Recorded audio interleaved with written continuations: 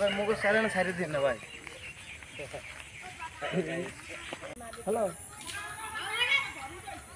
নদী গানে জমিতে কারণ আমাকে জায়গা হেরা জোর দখল করে ওই ঘর উঠেছে কারা কারা উঠেছে। এখন আমি আসলাম চট্টগ্রাম, সেই লোক ওই কেসে আমি কালকে সন্ধ্যাছি এই ঘর মনে করেন উঠেছে জাকির মেদবাররা করে রাইতে আর পুলিশ ফিরেই দিয়ে অবাধ্য করে থানা অবাধ্য করে তারপর ঘর উঠেছে স্যার।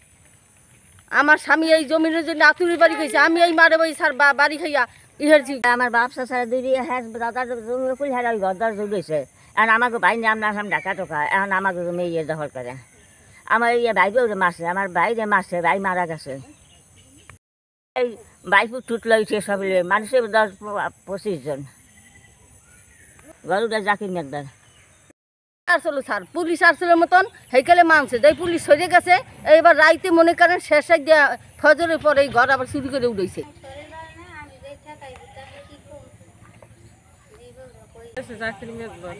জাকির মেদবার এবং তার ভাইরা আছে, তার ছেলেরা, মেয়েরা, বউরা সবাই মিলে দিলে ঘর উড়াইতে আছে। এই জায়গায় আমাকে এই জমি না আমাকে আসতে দেন। জাকির মেদবার এবং তার ভাইয়ের ছেলেরা, তারপর ভাই পোলা বউরা, তার মেয়ে ছেলেরা মানে হ্যাঁ গো আরও মানে 20-25 জন লোক মিলে দিলে হেরা হায়ার করে মানুষ আনছে, হেরা এই ঘর উড়াইছে। কাজিরাট থানার দারোগা হৃদয় স্যার আসছিল, সে আইসে এখানে বাধা দিছে। তার বাধা কিছুক্ষণ মানছে, মানার পরে সে আবার রাত্রে যখন তারা চলে গেছে তখন রাত্রে আবার আইসে তারা ঘর উঠেছে।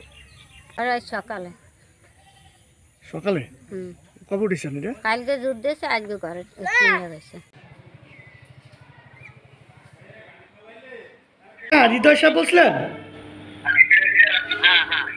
আচ্ছা ভাই, আমি সাংবাদিক লিটন তালুকদার, চ্যানেল STV সাংবাদিক কাজিরাট।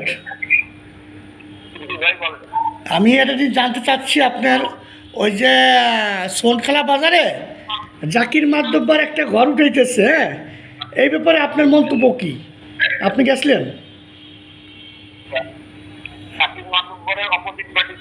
হ্যাঁ মনির হোসেন নামে একজন লোক ট্রিপল লাইনে ফোন দিয়েছিল। পরবর্তীতে ঘটনায় আমরা যাই, পুলিশ দুই পক্ষে সামনাসামনি করে আমরা বলে আসছি যে আপনারা কেউ কোনো কার্যক্রম করবেন না, থানায় আসেন, আপনাদের সাথে কথা বলুন। তারা দুই পক্ষ 2 দিন সন্ধ্যায় থানায় আসছে। পরে দুই পক্ষ থানায় এসে জাকির যে পক্ষটা ওই পক্ষটা থানা থেকে কোনো ডিসিশন না নিয়ে কাউকে কিছু না বললে চলে গেছে। যার কারণে আমরা কেউই কোনো ডিসিশন বলতেও পারি না, কিছুই করতে পারি না যে তারা আরেক দরবারে বসবে বা অন্য কিছু করবে কিনা, কোনো ডিসিশন আসে নাই। ওনারা তো আদালতের অমান্য করে ঘর উঠেছে, এই ব্যাপারে সত্য? আদালতের আদেশ আছে কিনা এরকম কোনো বিষয়ে আমার কোনো কিছু জানা নাই। আচ্ছা আচ্ছা, ঠিক আছে।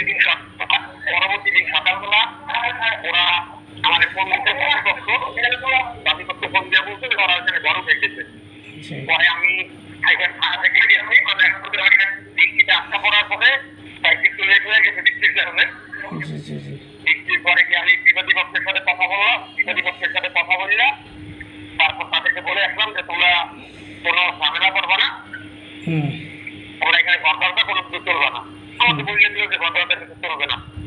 পরবর্তীতে আবার বাদীপক্ষ জানাইলো যে তারা কোর্টে নাকি এটা 1 কোটি করছে। 1 কোটি থানায় দিয়ে গেছে কিনা বা থানায় আসছে কিনা এই বিষয়ে আমার কোনো কিছু জানা নেই। আচ্ছা আমাকে করছে নাই, বিরোধী পক্ষ করবে। আচ্ছা আচ্ছা, এটা ভাই আপনাকে ধন্যবাদ। ঠিক আছে, আসসালামু আলাইকুম।